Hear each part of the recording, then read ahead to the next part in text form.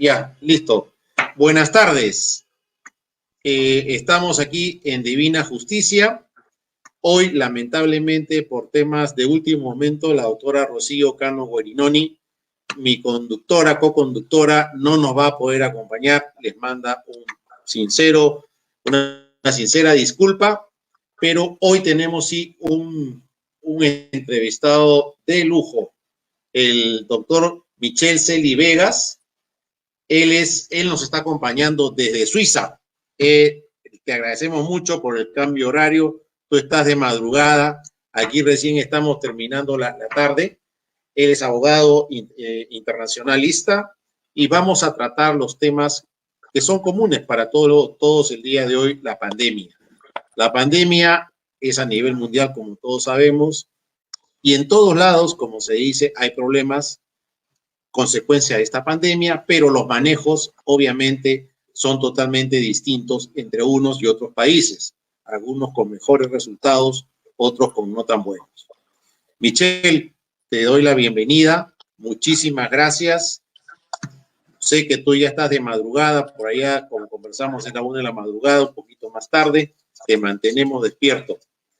¿Qué opinas tú, Michel, para ir de frente al grano de todo este tema que nos ha originado la pandemia en estos últimos meses? ¿Cómo se vive por ese lado de Europa? Buenas noches y gracias por la invitación. En primer lugar, lo que hay que tener en cuenta es que desde el mes de noviembre que se anunció el brote de este virus en China, ya llegamos prácticamente un periodo más allá de 6 meses que en todos los países hay una incertidumbre total.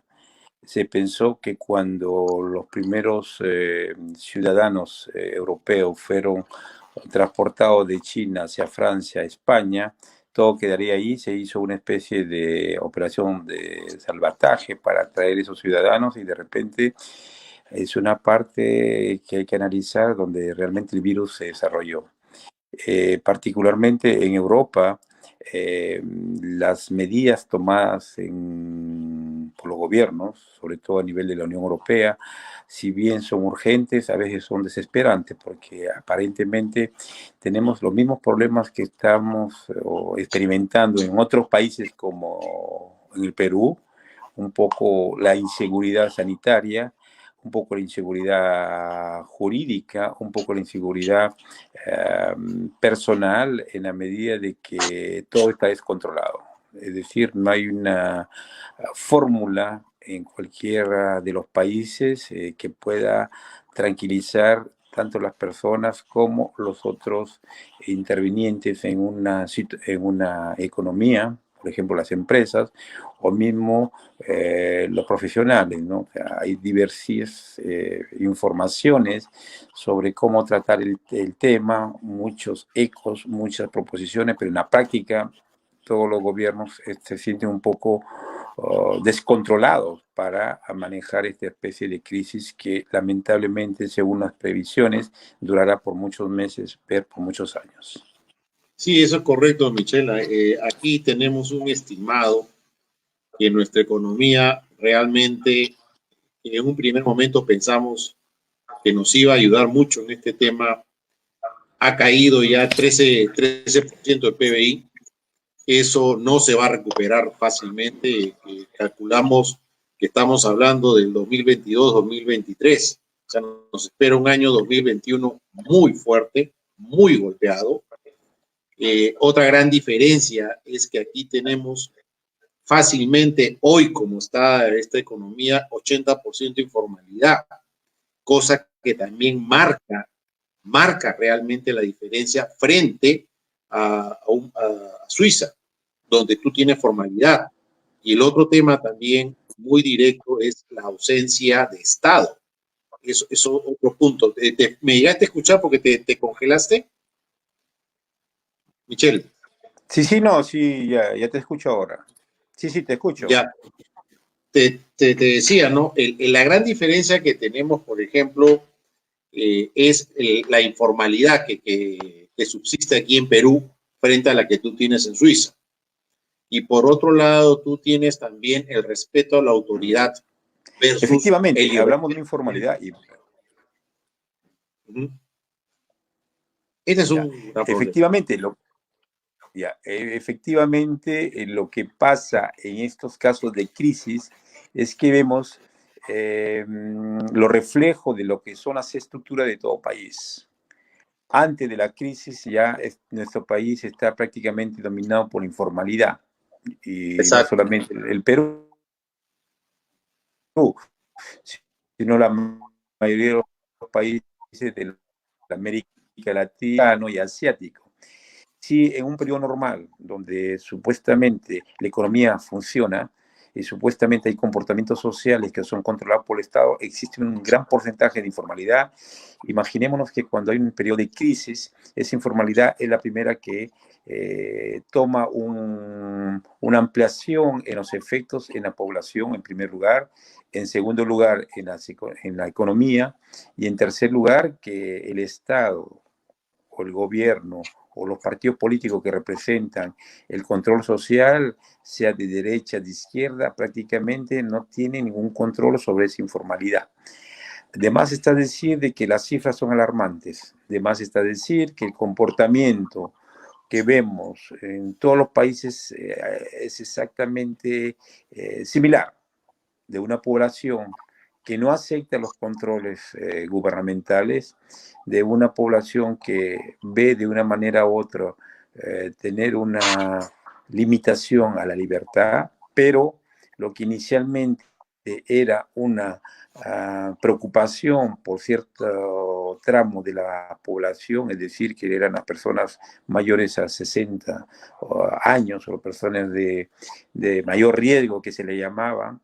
Hoy día esa definición está cambiando. Ya no son las personas únicamente vulnerables que se toma en cuenta para algún tipo de control. Ahora estamos hablando de tramos de la sociedad, de personas en las cuales el contagio se puede hacer de una manera más rápida. Estamos hablando de la juventud, estamos hablando incluso de los niños. Eso en lo que se refiere en los efectos exteriores de la presencia del virus. Ahora, lo que hay que ver es que todavía hay ciertas dudas sobre la transformación que ese virus está produciendo en todo el ser humano. Hablamos, por ejemplo, que hay generaciones que probablemente tendrán los efectos un poco biológicos, un poco genéticos, que se comienza a preocupar.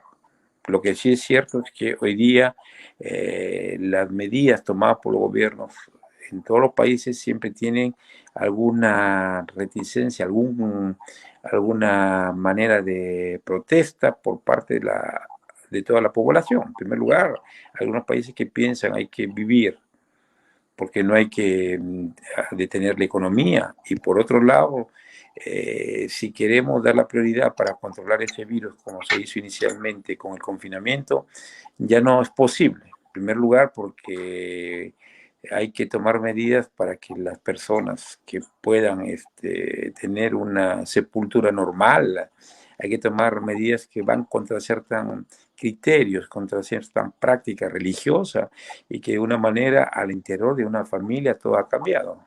Alguien que tiene hoy día el virus prácticamente trata de alejarse, trata de no tener contacto con esa persona que de repente es su ser querido y que lamentablemente está en una situación de supervivencia. O me contagio o me salvo y me alejo de mi familiar. Es correcto, y esa incertidumbre todavía, como tú bien me mencionas, Michelle, va a durar unos meses más hasta que no exista una vacuna que realmente se demuestre que puede, digamos, entre comillas, inmunizar a la persona frente a este virus. Y ahora también las últimas noticias es que este virus ya está mutando como tantos otros virus que existen en el medio y está dando inclusive el recontagio de personas que ya lo tuvieron, cosa que en un primer momento se había mencionado que aquel que se infectaba no más iba a sufrir esta lamentable enfermedad, pero ya se está dando cuenta no solamente en China, sino ya han hablado en España y Alemania, creo, que ha habido ya recontagio de personas que ya habían sufrido inicialmente este virus. Entonces, hay muchas aristas que complican el día de hoy. Y bien mencionas tú, una muy importante, la economía. ¿Cómo puedes tú tener a una población confinada?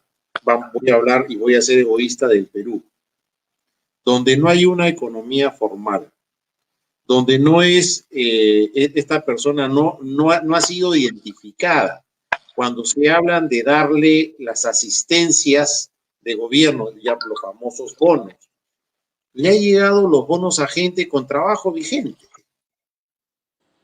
La gente que realmente lo necesita, en realidad no está mapeada todavía. Y ahí no ha llegado el bono. Entonces, ¿cómo tú puedes decir a esa gente aislada, que está acostumbrada a vivir al día? Porque lamentablemente es una gran verdad en nuestra sociedad. Se vive al día. ¿Vas a tenerla encerrada más de una semana? Imposible. No subsiste. Es algo con lo que se ha encontrado el gobierno. Y por eso quizás también son los contagios que venimos teniendo. Y otra cosa, a ver, dentro de este contexto, Michelle, ¿tú qué opinas de lo siguiente?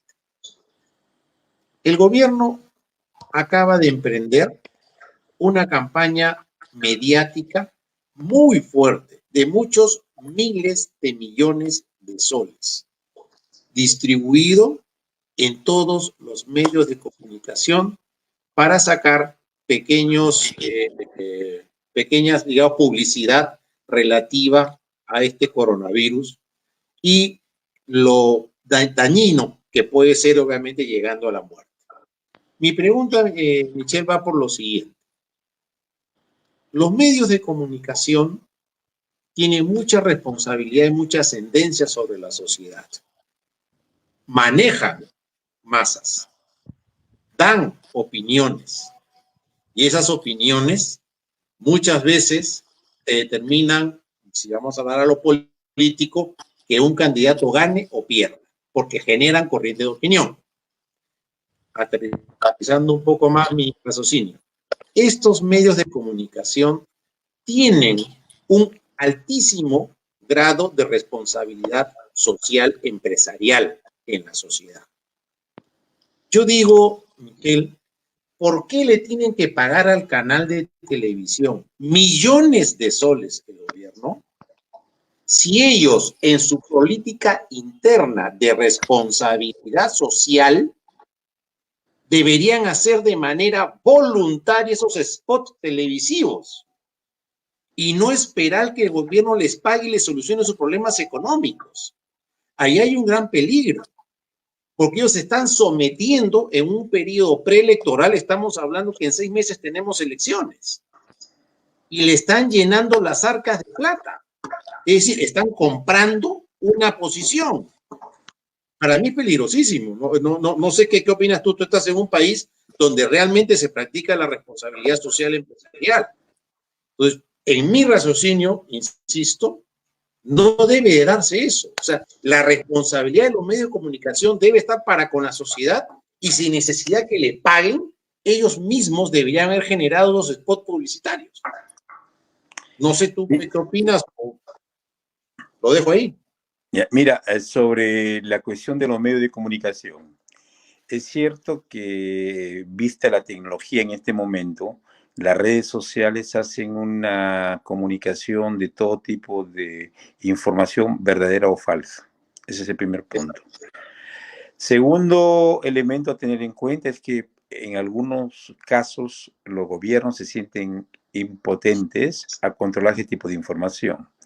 De tal manera que una de las cosas que se critica, sobre todo en los países europeos, es la manera como se da de una a otra la información que concientice a la persona. Por ejemplo, si tomamos en cuenta las medidas tomadas por cualquier gobierno para poder controlar los escenarios de contaminación, todos tienen el mismo común denominador. Es decir, hay que informar a la población, hay que suministrar en los medios, y eso como una manera que yo estimo un mecanismo de control social. Eso estamos correctos todo el mundo. Es el labor del Estado, el labor del gobierno de informar. Es Ahora, correcto. en la medida de que hay especies coyunturales que permitan a un gobierno tirar una ventaja de lo que anuncia y de lo que promete, ahí está el riesgo o está el descontrol social. ¿Por qué le digo? Porque la primera medida de todos los gobiernos en esta crisis ha sido una medida económica. En primer lugar, económica para las familias, en segundo lugar, para las empresas. Analicemos la parte de las familias. En Europa, por ejemplo, tomamos en cuenta que la mayoría de países tiene lo que se llama un seguro al desempleo. Es decir, que cuando no tienen un trabajo asegurado han cotizado para tener un financiamiento durante el periodo que no trabaja. En la mayoría de países estas medidas han sido, si se quiere, o prolongadas o dada lo que se llama el paro técnico, de tal manera que el Estado ha asumido un rol para que el trabajador pueda tener una forma de financiar su gasto. Por el lado de las Ya, empresas, paréntesis ahí, pero ya, eso es posible, hay que aclarar, eso es posible porque en mayoría son formales y están plenamente identificados. estamos de Ergo, acuerdo. Perú, Ese dime, es el Michael. primer, ese es el primer punto a tener en cuenta. Es decir, que el Estado o las medidas que pone en marcha cualquier gobierno en Europa están controladas de una manera macroeconómica. Aunque hay identificación, hay una caja fiscal que se sabe cuánto se va a recuperar, hay un indicador de cuánto se puede gastar. Ahora, Hay evidentemente banca, que esas medidas... perdóname, Michelle, y bancarización, que es muy importante, Exactamente, porque sobre por todo ahí eso. llega. Y no, Ahora, por ejemplo, en el caso de los créditos hipotecarios en Europa, lo que ha pasado es que los mismos bancos han tenido que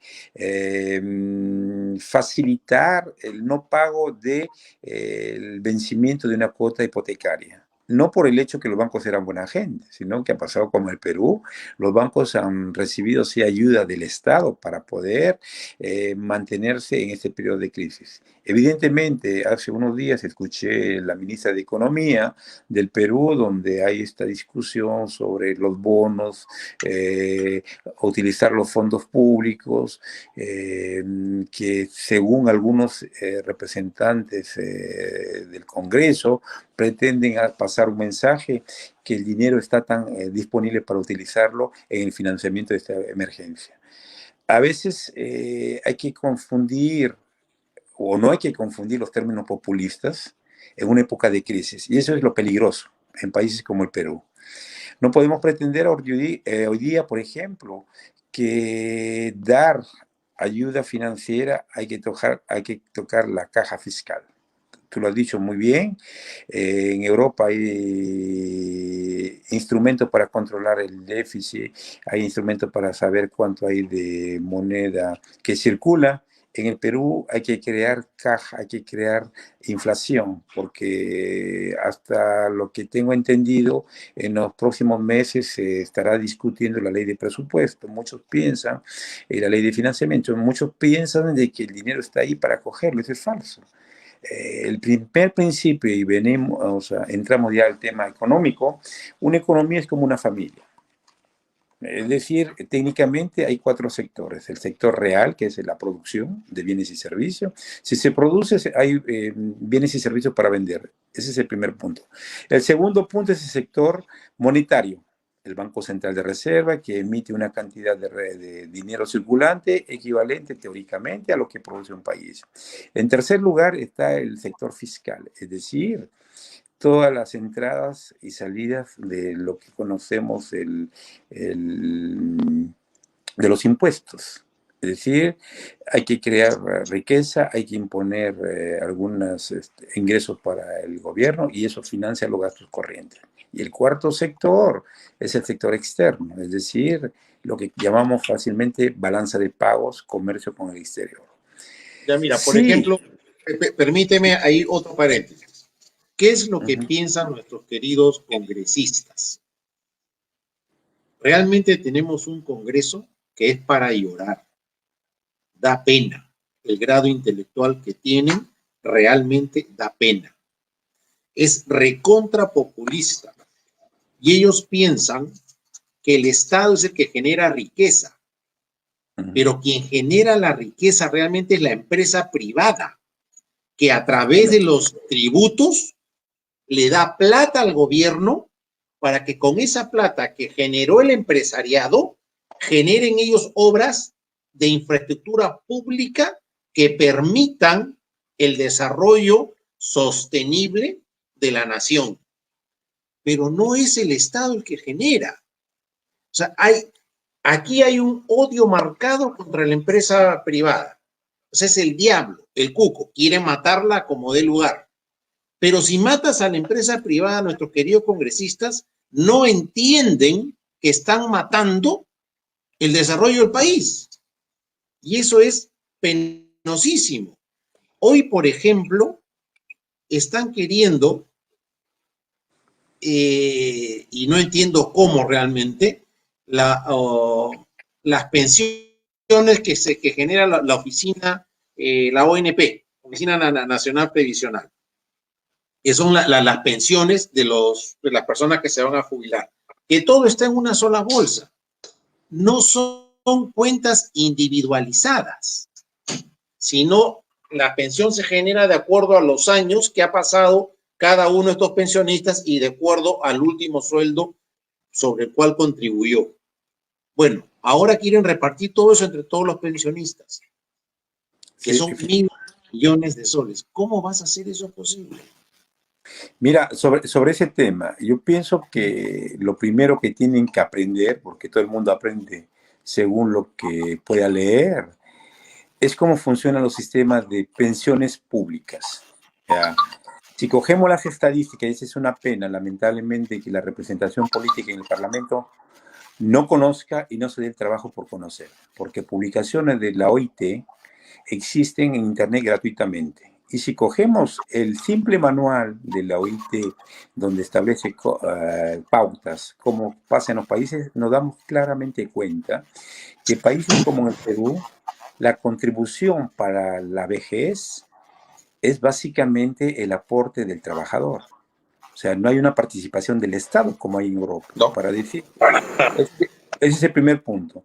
El segundo punto es la confusión como por intereses nacionalistas o populistas pretenden decir, comparar, por ejemplo, el sistema de la seguridad privada, los fondos que creó Fujimori. Es cierto que esos son fondos individualizados, pero que funcionan como una empresa privada, como un capital que ha sido invertido sobre base de productos financieros. Pero si cogemos realmente lo que significa el financiamiento público de esas vejeces que se dan actualmente, no es que el financiamiento esté asegurado, ese financiamiento teóricamente está originado por las contribuciones de las personas que trabajan activamente en este momento. Y ese es el gran problema que tenemos en Europa. Por ejemplo, en Europa todos los gobiernos se preocupan por tener un régimen saludable, sano de vejez. Es decir, que se dan cuenta que, visto los problemas macroeconómicos, el desempleo, los jóvenes trabajan menos y la población vive más. Entonces, tenemos jóvenes que producen menos porque de una manera los empleos han restringido, y por otro lado tenemos un periodo de jubilación que empieza en algunos países a 60, a 65 años. La mayoría de los países europeos están pensando ya en aumentar esa edad hacia los 70. ¿Por qué? Porque el problema es fiscal, el problema no se puede financiar esas pensiones. Ahora, estamos hablando de países. ¿Me escuchan? Porque parece que se fue Radio Miraflores. ¿Aló? ¿Aló?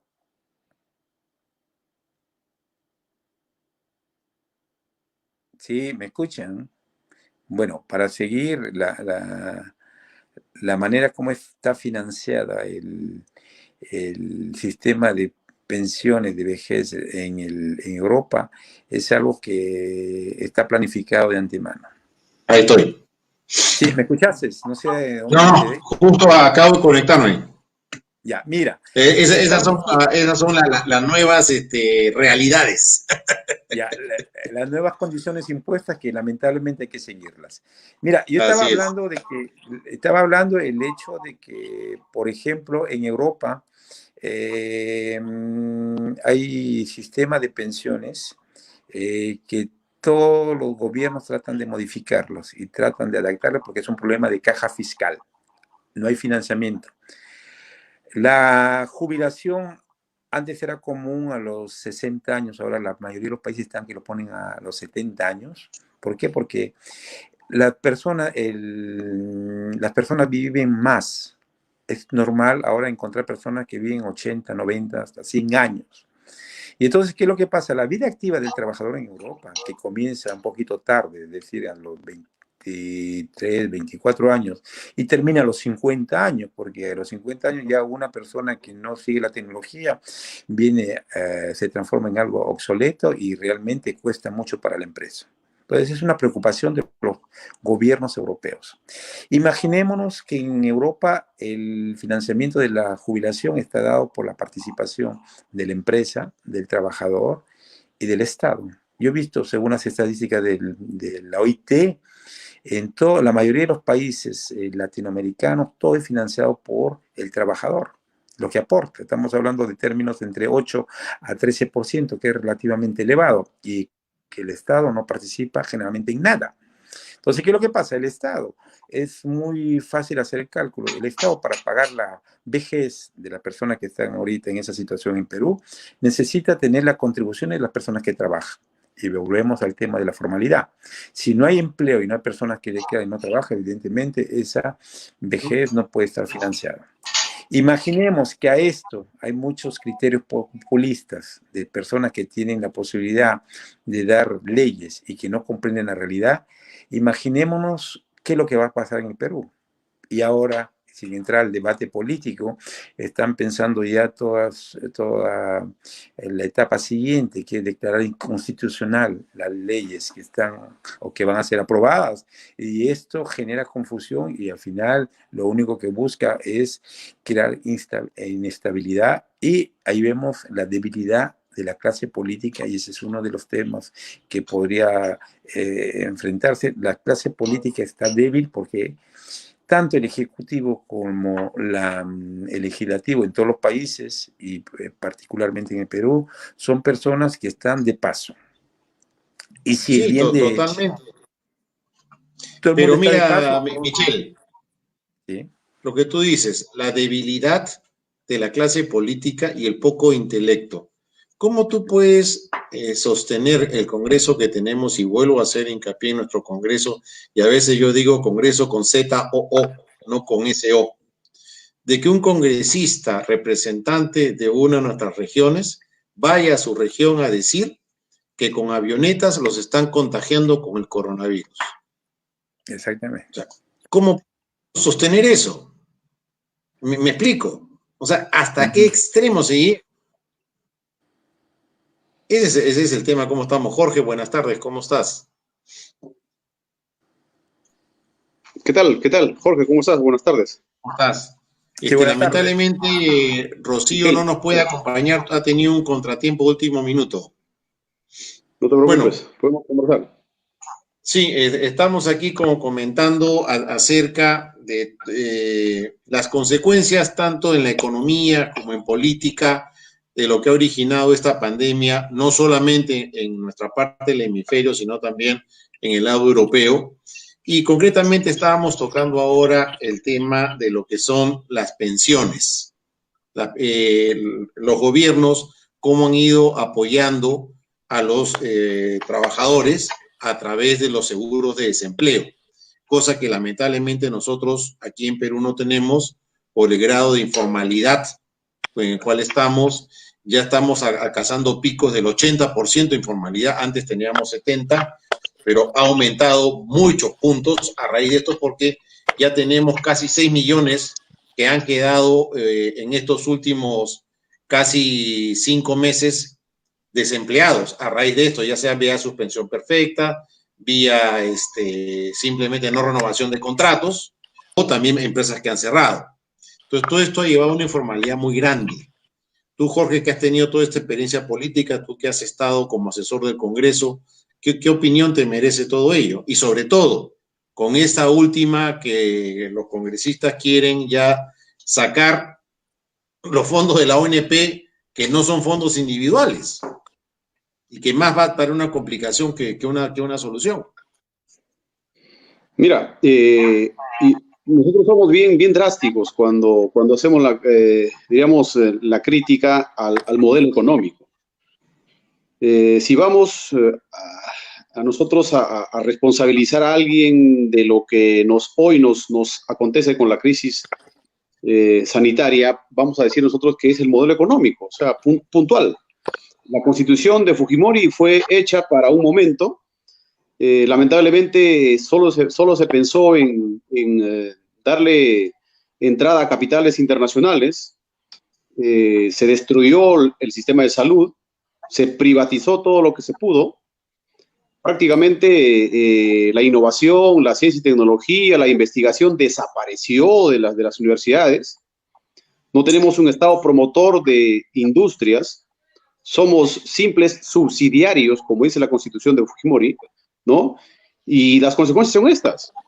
Hemos entregado el monopolio de las farmacias a un grupo económico que cuando le da la gana subir los precios o cuando le da la gana, pues simplemente,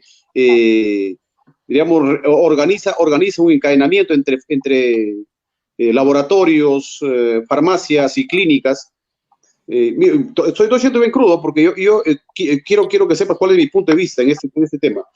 Y si vamos a los bancos, no es posible que se hayan perdido 60.000 millones de soles en la reactivación económica. ¿Cómo un gobierno puede entregar a los bancos para que sean los bancos los que busquen colocar esos fondos? Y a los primeros que colocaron fueron a sus mismos grupos económicos, sabiendo que, como tú dices, tenemos millones de microempresarios que estaban quebrando o que están quebrando, ¿no? ¿Y por qué no usar el Banco de la Nación para poder repartir esos fondos o trasladar a la población en forma directa, ¿no?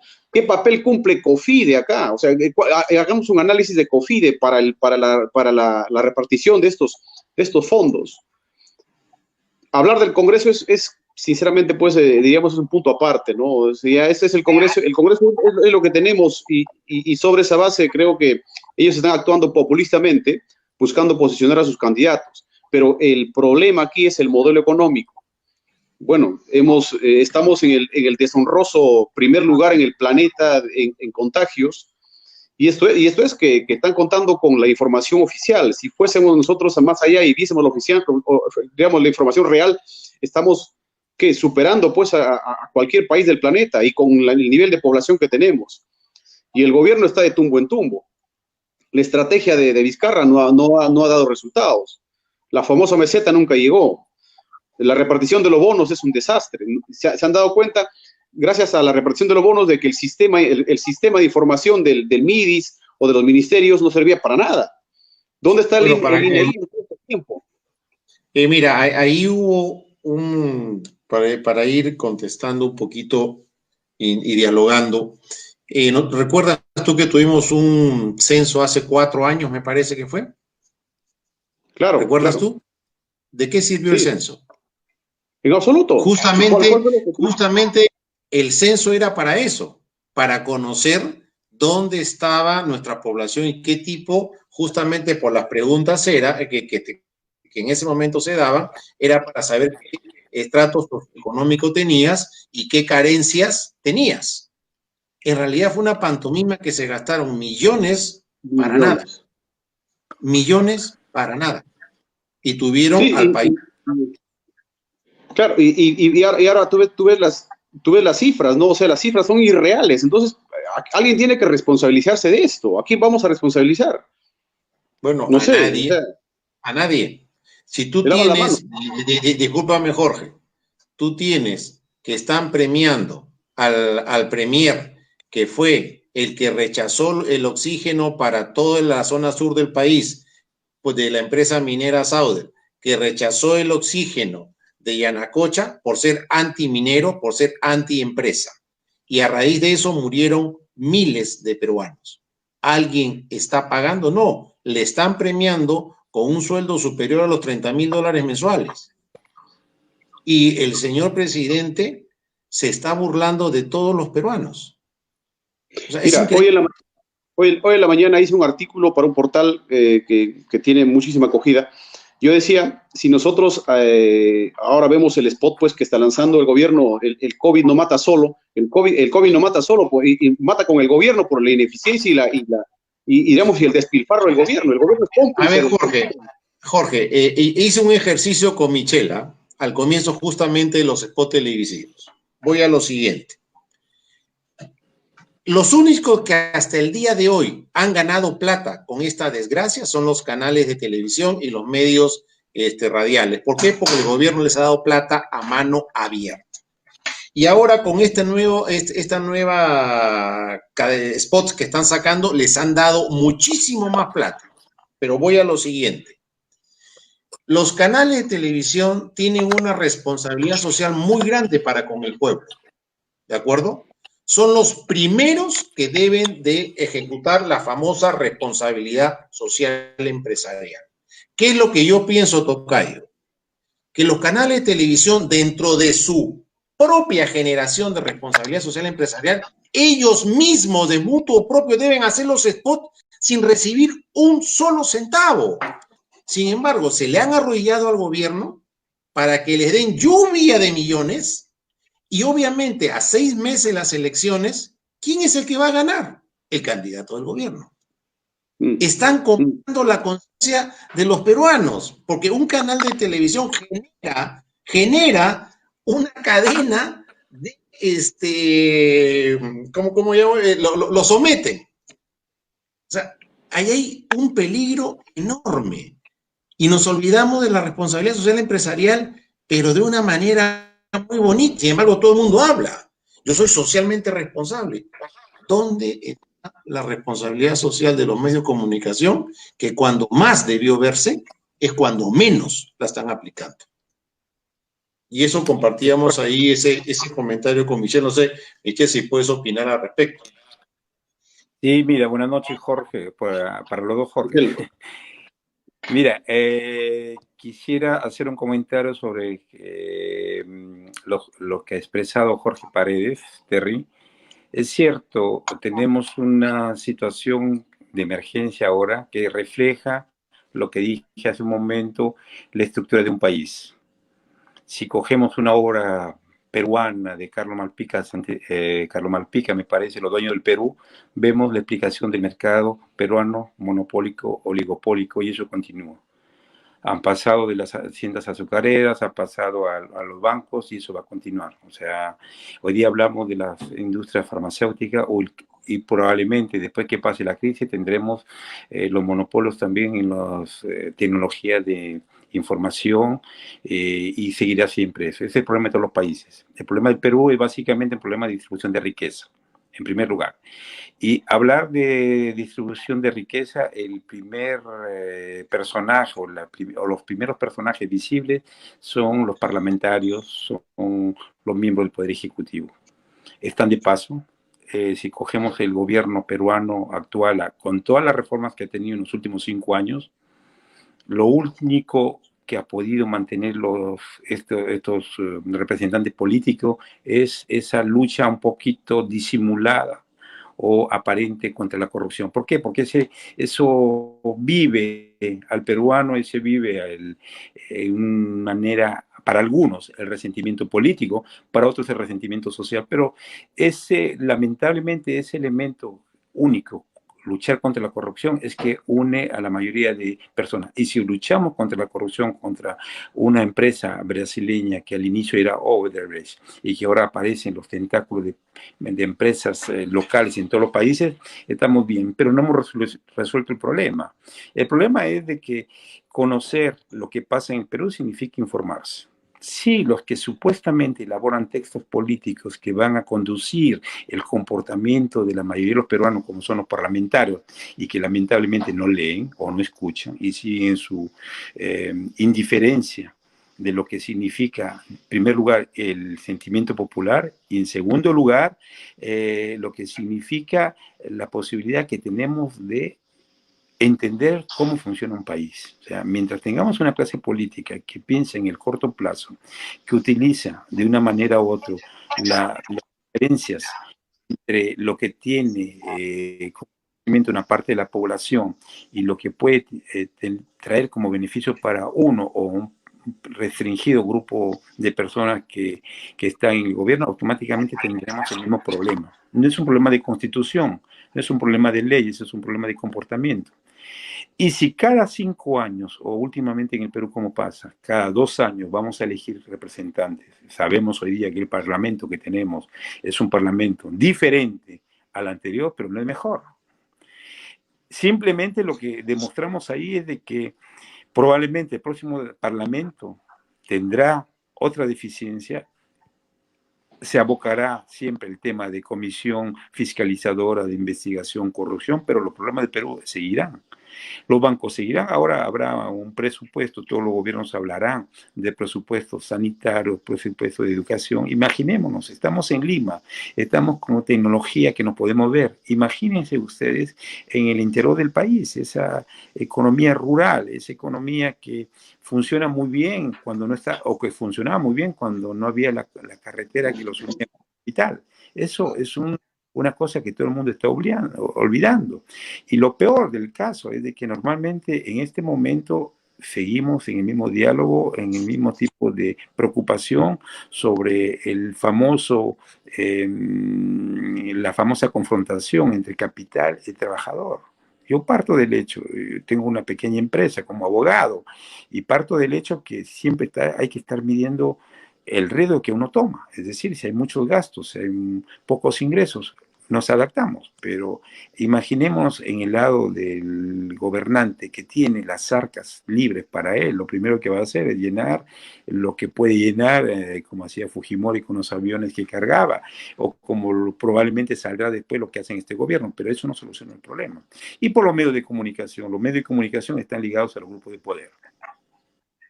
Los grupos de poder que hacen lo que realmente le dice el que tiene el poder en ese momento. Y hay que comprar diario. Bueno, efectivamente.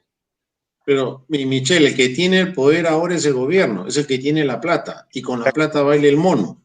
Y lamentablemente, todos los medios de comunicación están arrodillados. Eso es lo malo. Y por otro lado, tú hablas de corrupción. La corrupción está enquistada en todos lados y hoy, actualmente, el vicepresidente del Congreso de la República está cuestionado. Es una gran mafia también del sistema de justicia peruano. ¿Y pasa algo? No, sigue siendo congresista, sigue siendo intocable y no va a pasar nada. Y eso es lo lamentable, que el pueblo, cuando ve que sus propias autoridades son corruptas, cuando ve que sus propias autoridades no respetan las leyes, cuando ve que sus propias autoridades facilitan y respetar la ley, ellos también le respetan. Hoy, ¿qué tenemos? Ausencia de autoridad total. Por eso es que cada quien hace lo que le da la gana, como le da la gana y a la hora que le da la gana. Como yo digo, nuestro país es una república bananera. Cada quien hace lo que quiere y a su manera, porque nadie sale castigado. ¿Tú crees que cuando salía el gobierno a decir, lo detenemos y pagan la multa? Haz una encuesta, ¿cuántos han pagado un sol de la multa que le han impuesto? Ni uno. Ni la van a pagar. Entonces salen porque saben que no hay autoridad. Salieron tantas leyes y les dieron subsidio al transporte público. Fíjate tú cómo están las combis el día de hoy, los ómnibus, repletos de gente, cuando supuestamente solamente iban a estar a un 30 o 40% de capacidad. ¿Para qué dieron la plata? Por gusto. Entonces, sucesivamente, cuando la autoridad no respeta la ley, ¿de acuerdo? Cuando la propia autoridad encargada de imponer y hacer respetar no la hace respetar, sucede lo que estamos viviendo. Lamentablemente es nuestra idiosincrasia, Jorge, Michelle, y eso no va a cambiar de la noche a la mañana, lamentablemente. Es triste. Yo creo, si me permites, el país ya lo heredamos, o sea, hay que hacer limones, como dice, si del cielo te caen limones, aprende a hacer limonada. Vamos a ver qué se puede hacer de aquí en adelante. Se vienen las próximas elecciones. Supuestamente va a haber un recambio de autoridades. Se está presentando un ex jaraquero, se está presentando un militar, se están presentando elementos tal vez sin la capacidad suficiente para poder guiarnos en esta situación tan difícil, tan nefasta que se nos presenta ahora. La recuperación económica va a ser lenta, difícil, por supuesto, se necesita mucha muñeca. Hay que proponerle algo al país. O sea, si vemos los casos, por ejemplo, de desarrollo, en el caso de Singapur, en el caso de los países de Asia, ¿no? ¿Cómo han tenido que aplicar, pues, un cambio constitucional y mano dura, hermano? Liderazgo. Pero, liderazgo, Jorge, mano dura y que el sistema... Estoy de acuerdo contigo, pero todo parte por educar, por educación. Por supuesto, sin educación, por mejor constitución que podamos tener, por mejor buena voluntad que se pueda dar, pero si tú no educas al pueblo, va a seguir siendo el pueblo ignorante que lamentablemente somos, y es la verdad, somos un pueblo ignorante, somos un pueblo que tenemos las mejores leyes del mundo, pero no cumplimos una sola. Claro, y es una triste realidad. Tenemos un Congreso que es una payasada. El Congreso que tenemos hoy es una payasada y es el reflejo de lo que es el Perú. El 80% del Congreso es informal, es decir, nunca accedió al sistema financiero, no conoce lo que es una cuenta corriente, no conoce cómo funciona un sistema financiero, no conoce los FPs. Ellos pensaban de que iban a la AFP y le decían, dame mi plata, volteaba el cajero y iba a la caja y sacaba el dinero. No sabía que estaba colocada en bonos, en acciones. O sea, ¿qué puedes esperar de eso? ¿Qué puedes esperar de un Congreso que se tumba un contrato internacional, lo de los peajes? Populismo puro. Entonces, mientras no eduquemos. Aunque el tema de los peajes, son peajes que nacieron muertos, nacieron vía corrupción, ¿no? O sea... Lo que tú quieras, Jorge, lo que tú quieras. Claro, pero es un contrato con estabilidad jurídica. Mira, claro, volvamos al tema educativo, es importante, permíteme, Michelle. ¿Quiénes son los que están en el Congreso? Son los ahijados de Acuña, dueño de la Vallejo, los ahijados de quién, de Luna, dueño de la Universidad UTP, ¿no? Y si seguimos así, todos los fujimoristas estaban metidos ¿con quién? Con alas peruanas. O sea, la privatización de la educación, o sea, soltar la educación a manos privadas y en cocheras, en cualquier sitio hacían pues sus colegios y sus universidades, ha traído como consecuencia esto. Y eso permitía la constitución de Fujimori, la liberación al mercado, a la voracidad del mercado del sistema educativo. Y mira las clínicas.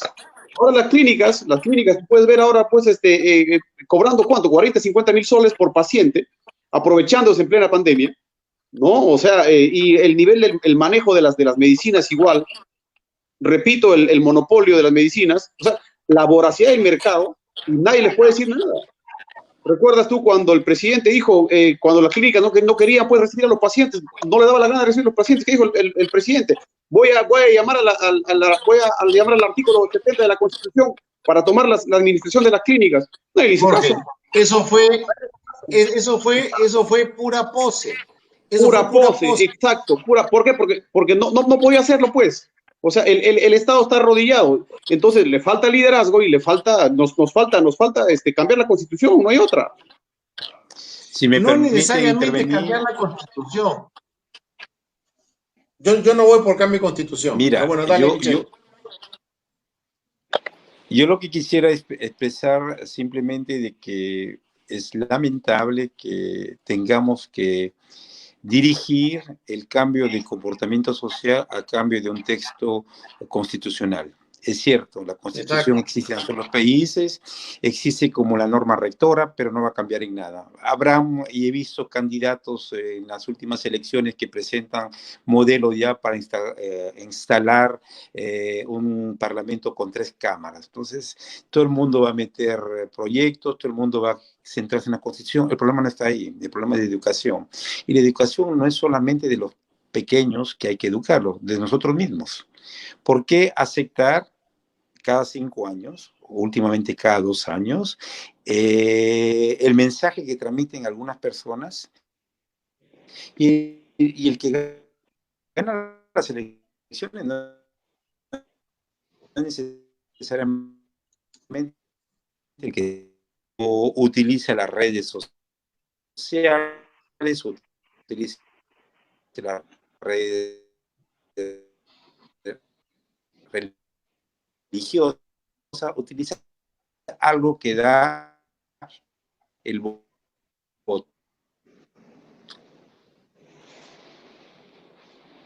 Se le fue la señal, parece. Él está en Suiza. Ahí se va a reenganchar. Pero yo también comparto, Jorge, o sea, el tema no está en el cambio de constitución. El tema parte por un tema de educación.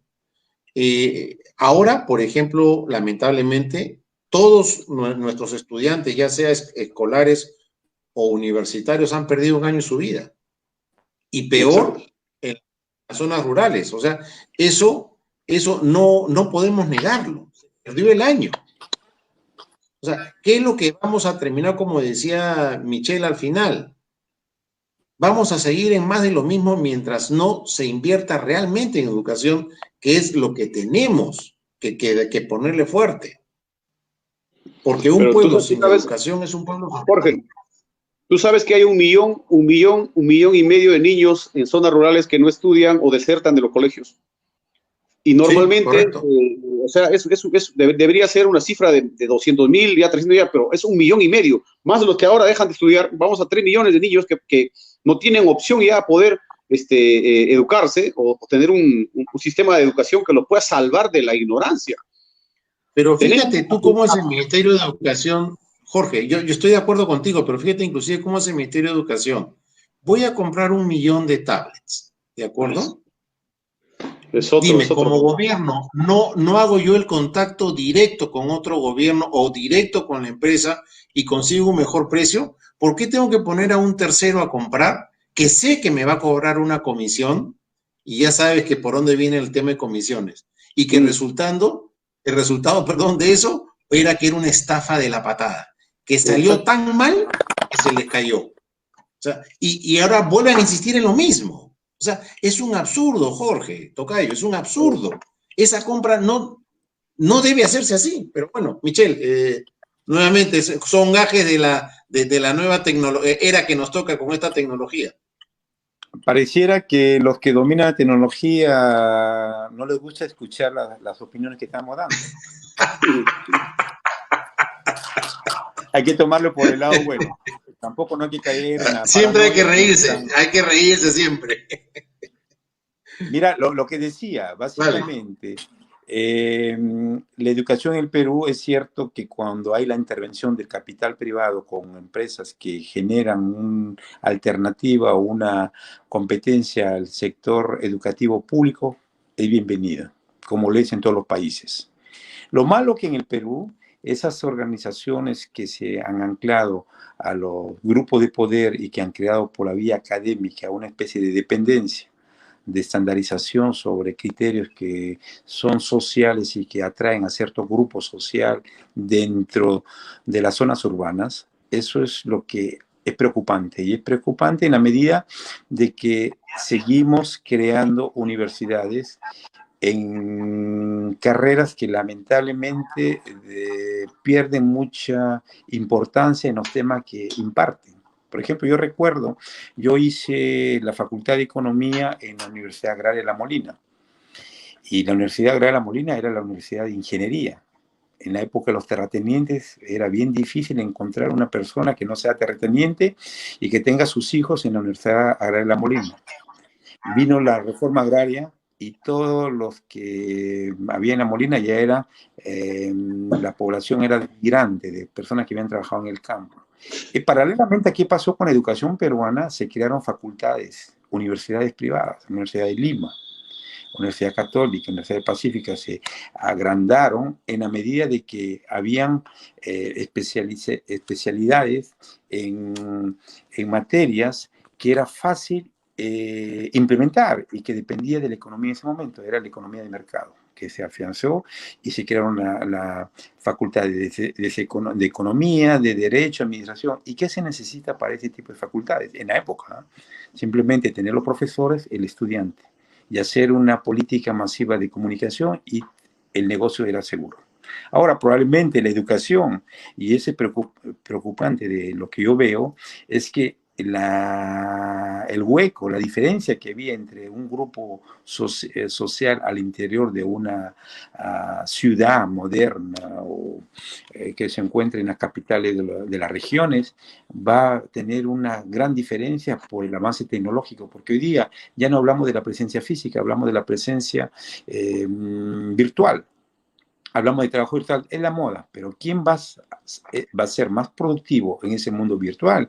Es el que tenga mejores aparatos, el que tenga mejor abonamiento, el que tenga mejores instrumentos. Entonces, esa educación que hoy día pretendemos salvarla, hay que salvarlo con los nuevos instrumentos. O sea, el que hoy día nace con la computadora, hoy día exactamente los medios de solución de cultivar o de dar algún cambio en educación será por esa vía de la computadora.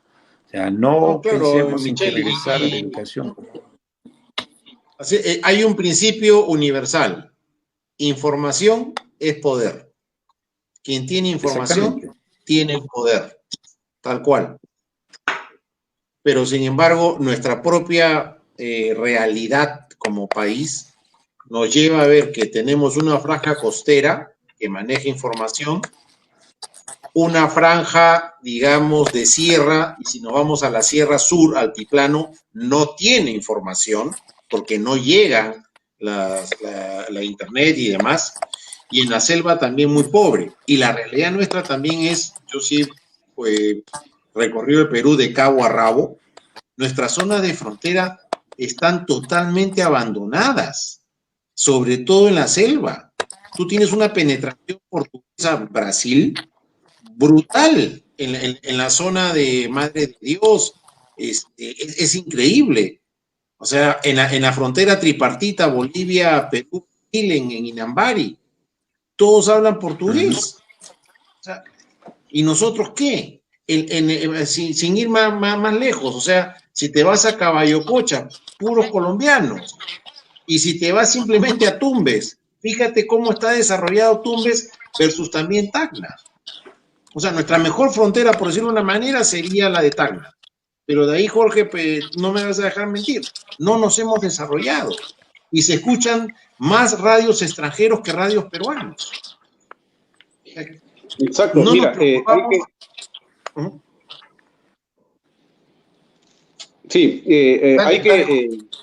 hay que analizar también la situación, yo creo, repito e insisto, en la situación electoral que se viene, ¿no? Creo que los espacios que están ustedes dando y esos espacios pueden replicarse para tratar otros temas que debería discutirse, ¿no? La descentralización, el tema de la recuperación de las, no sé si se puede decir, de lo mínimo que tenemos en investigación en las universidades. Tú has visto que salió que estamos en un ranking, pero no sé si estamos al igual que los países del África en investigación. O sea, nuestras universidades no investigan. Entonces, la capacidad instalada para mínimamente para hacer industria es cero también, ¿no? Y yo recalco, nuestro modelo de desarrollo económico ha sido Chile. Aquí se ha copiado de todo de Chile, de todo, absolutamente todo. Hasta se ha generado un pequeño, digamos, grupo económico ligado a los chilenos, que son los que dominan prácticamente todos los sectores económicos, y miremos del espejo en Chile, porque Chile nos llevan 20 años, y Chile ya está cambiando su constitución. Chile ha sufrido un embalse de de manifestaciones y de reclamos que hoy están cambiando su constitución. O sea, se han visto obligados. ¿Por qué? Porque lamentablemente el neoliberalismo puro y duro o el capitalismo salvaje con la constitución de Fujimori se instaló en nuestro país y tenemos que cambiar. O reformamos la constitución o el pueblo va a salir a las calles a cambiar la constitución con violencia, como en Chile.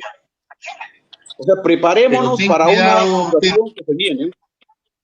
Pero ojo, Jorge, hay que tener presente, hay que reconocer. El Perú llegó a ser lo que es por el capítulo económico de esa constitución. Hay que tener mucho cuidado con el populismo, mucho cuidado con los cambios de constitución que nos pueden traer más desgracias que gracias. ¿Y por qué te digo esto, Jorge? Por la calidad de los congresistas que tenemos. Realmente estamos jugándonos una ruleta rusa con los congresistas.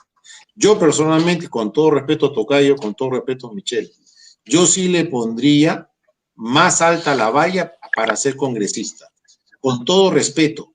Y esto no es por ser peyorativo ni insultar a nadie, pero ¿cómo puedes tú poner de congresista a un analfabeto? Discúlpame. No conoce lo que es manejo. Hay un problema ahí de interpretación que pasa en todos los países, ¿no?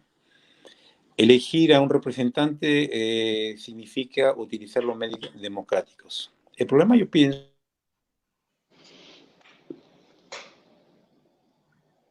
se le fue la señal.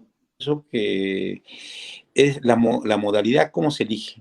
Miren en Estados europeos, miren en el Perú cómo se elige. O sea, de repente el voto directo o el voto preferencial, que algunas veces se toca, son mecanismos que hay que evaluarlos, no para proteger el monopolio de algunos representantes de algunos partidos, simplemente de pensar de que hay alguna posibilidad de cambiar esa manera de elección. Ahora, ¿por qué? Porque mantenernos en el sistema, en el mecanismo que estamos ahora, conduce a lo que estamos viviendo y va a ser un poco más drástico y dramático. Son los extremos, y los extremos hacen daño. Los extremos significan salir a las calles para continuar con la revuelta social, significa no hacer caso a la autoridad, significa ahuyentar los capitales extranjeros que quieren invertir en el país, sobre todo provocar un éxodo del país, de las personas que puedan aprovechar su juventud y formarse en países europeos o de América del Norte. O sea, eso es lo que realmente provoca todo ese tipo de transformaciones al interior de un país que en algún momento no son controladas. Y el control no debe venir únicamente por la clase política, el control tiene que venir de nosotros mismos. Es decir, los que somos abogados, los que somos economistas, los que somos administradores, tener un grado de participación de conciencia. Ahora, ¿quién lo hace? En términos normales, hay que hacerse la pregunta si nosotros lo hacemos. ¿Qué pasa? No, la verdad que no. Exactamente, o sea, empecemos por nosotros, empecemos diciendo... Es que es verdad. Mira, Michelle, como digo yo, y sin temor a equivocarme, el siguiente congreso que viene va a ser peor que este. Exactamente. Y así de repente sucesivamente, lamentablemente, ¿por qué? Va a ser peor. Yo estoy convencido y créeme que antes de ser electo este congreso, en diciembre, sostuve que el congreso que iba a entrar, iba a ser electo, iba a ser peor que el que salía, al que habían cerrado el congreso. Y con pena me equivoqué. Y con pena me voy a seguir equivocando. Porque cada vez, yo lo veo así, la educación va declinando, los valores van declinando, la ética va declinando. Y fíjate lo que entra. Eso es lo malo. El problema está en cómo definimos los términos o cómo interpretamos la definición de los términos que se han mencionado. ¿Qué cosa es ética? ¿Qué cosa es valor educativo? ¿Qué cosa es respeto a la otra persona? Tomamos, mire, he visto ahí las imágenes de lo que ha pasado en esa discoteca. Personas que han muerto, personas que probablemente no les interesaba la vida de los otros, pero que ya en un grupo reducido de 100 un centenar de personas se producen eso, es algo indicativo de una sociedad en la cual no hay control. Y por otro lado, cuando yo digo respeto, no hay respeto a nada, no hay, ni respeto a ellos mismos. Yo, por ejemplo, cuando hablo de respeto, y eso es en Europa y particularmente en Suiza, respeto es ya asistir o ir a una reunión en la hora que se ha previsto. Es decir, respetémonos nosotros mismos. Decimos a las 10 de la mañana, hay que estar a las 10 de la mañana. No, yo cuando viajo al Perú, por ejemplo, una reunión programada a las 10 de la mañana está empezando a las 11. ¿Cuándo empieza?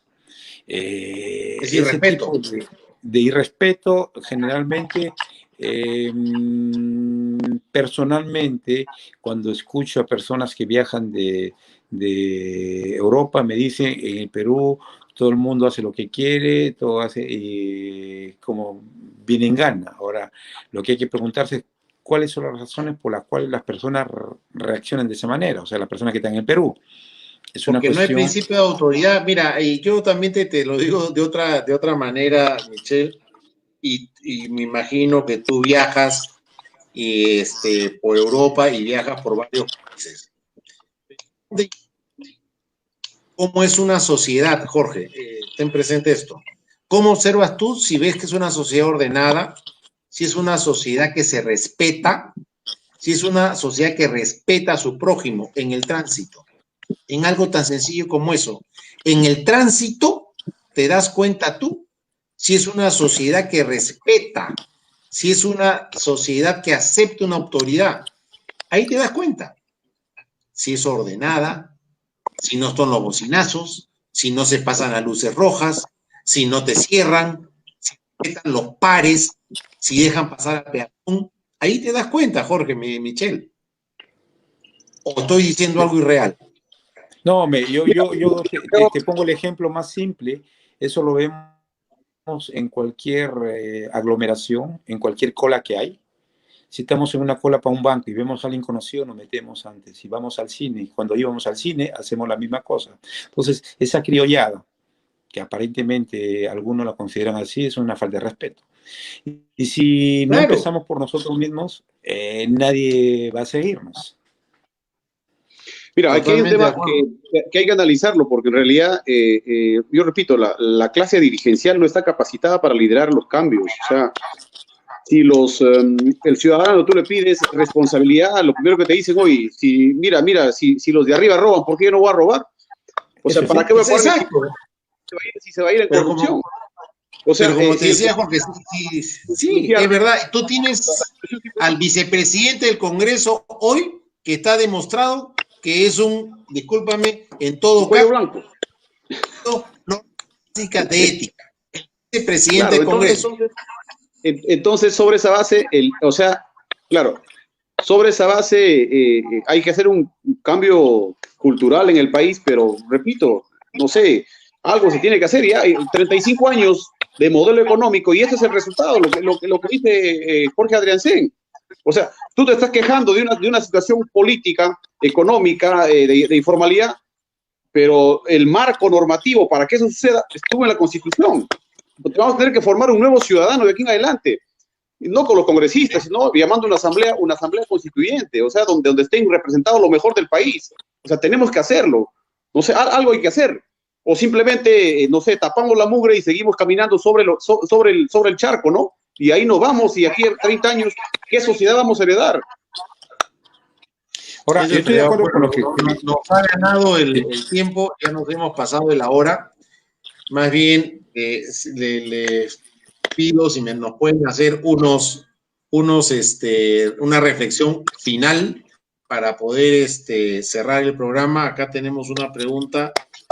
Los nuevos congresistas deben ser profesionales. Basta ya de tantos oportunistas ineptos. De acuerdo, pero eso pasa por nosotros mismos, que somos los que los elegimos. Si nosotros que elegimos mal, ese es el resultado que tenemos. Nuevamente, la Constitución dice, para ser autoridad basta con ser nacido en el Perú y cumplir 25 años. 25 años. Nada más. Está en la Constitución. Entonces... Sí. Hay cosas que cambiar, pero ojo, no un cambio de Constitución. Y vuelvo a insistir, Jorge, si el Perú llegó a ser lo que es hasta el año 2019, estuvimos muy bien, fue por su capítulo económico. Los invito a las reflexiones finales. Hay que analizar a profundidad, ¿es crecimiento o es desarrollo? O sea, el crecimiento económico lo puede tener cualquier país, pero en desarrollo económico estamos en el suelo. O sea, la Constitución no preveía eso. O sea, crecimiento económico sí, pero desarrollo económico, o desarrollo social, desarrollo educativo, desarrollo, diríamos, en salud. No, estoy de acuerdo contigo. Hay cosas que ajustar. Estoy totalmente de acuerdo contigo. Hay cosas que ajustar.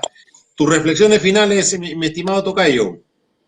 Bueno, gracias, Jorge. Interesante seguir debatiendo. ¿Eh? Sigamos debatiendo por el bien del país. Sí. Yo creo que estamos en una situación difícil, es cierto, pero las ideas tienen que nacer. Nosotros estamos formando un frente, el Frente Patriótico Peruano. Estamos con Antauro, así que te digo todo. Ya ves por dónde estamos encaminados. Así que ya nos vamos a encontrar en el camino. Saludos. Fusilen un poco, yo sí estoy de acuerdo, fusilen un poco de gente. Una racia. Por Dios que te apoyo. Por Dios que te apoyo. Sí. Es grave la situación. No, es gravísimo. Te agradezco, Jorge. No es para tomarlo a la broma. La verdad que no es para tomarlo a la broma. Estamos en una situación muy difícil. Sí. Michelle, tus palabras finales, tus reflexiones. Parece que se congeló, Michelle. Esa es nuestra nueva. Michelle, tus palabras finales. A ver. Era medio. Sí.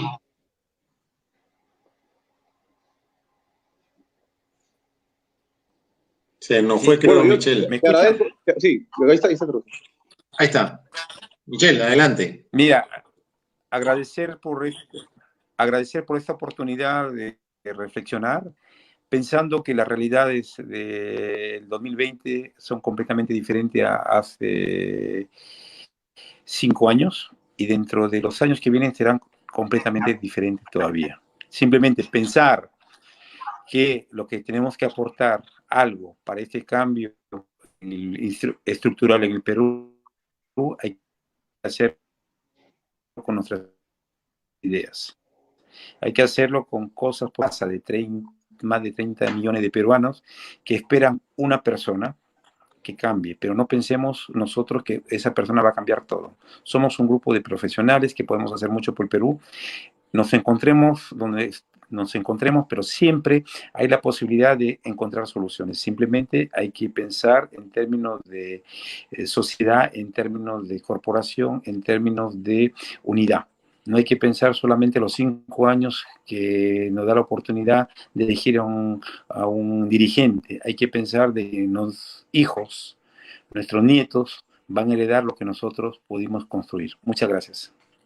No, totalmente de acuerdo. Y acá hemos llegado sí a un punto común: educación. Si no tenemos realmente inversión en educación, va a pasar lo mismo. Vamos a seguir siendo lo mismo y cada vez va a ser peor. Coincido con Jorge, hay que hacer algunas reformas constitucionales, algunos cambios, pero no propiamente yo me tumbaría la Constitución, y tengo mucho miedo con lo que pueda pasar en estas elecciones. Se los digo abiertamente, muchísimo miedo. Hoy los medios de comunicación están arrodillados al gobierno. La lluvia de millones que le están dando los tienen así totalmente sometidos. Cuando los medios de comunicación por propia iniciativa son los llamados a sacar esos spots bajo su lema de responsabilidad social empresarial y no recibir los millones del gobierno para pasar unos spots. O sea, ahí ya vemos que algo no está funcionando y que la llamada responsabilidad social empresarial no es tal. Es, dame platita, yo saco, si no, no me interesa. Bueno, les agradezco muchísimo. Quedemos en conversar más abiertamente, como tú dices, Jorge. Es bueno intercambiar ideas. Es bueno que cada uno exponga lo que tiene para sacarlo mejor. Es la única manera en que vamos a poder mejorar nuestro país. Yo no veo otra posibilidad. Realmente, hoy estamos ya muy cerca de un despeñadero y nos vienen 2 años económicamente muy, muy fuertes. Hemos caído 13 puntos del PBI. Jorge, un nacionalismo científico. Los mejores hombres, las mejores mentes del país se ponen al servicio de la nación. Es la única manera. Bueno, les agradezco muchísimo por su participación, Michelle. Disculpa que te hayamos hecho y mantenido, ya son las 2 de la madrugada en Suiza. Disculpa la hora, mañana hay que trabajar. Les agradezco mucho, Jorge y Más Michelle, tarde para mí. y hasta Gracias. una próxima. Con nosotros hasta el próximo martes. Adiós. Divina Saludos. Justicia con la doctora Rocío Cano, que ahora sí nos va a acompañar el próximo martes. Muy buenas tardes y madrugadas en Suiza. Hasta luego. Hasta luego. Adiós. Buenas noches. Adiós.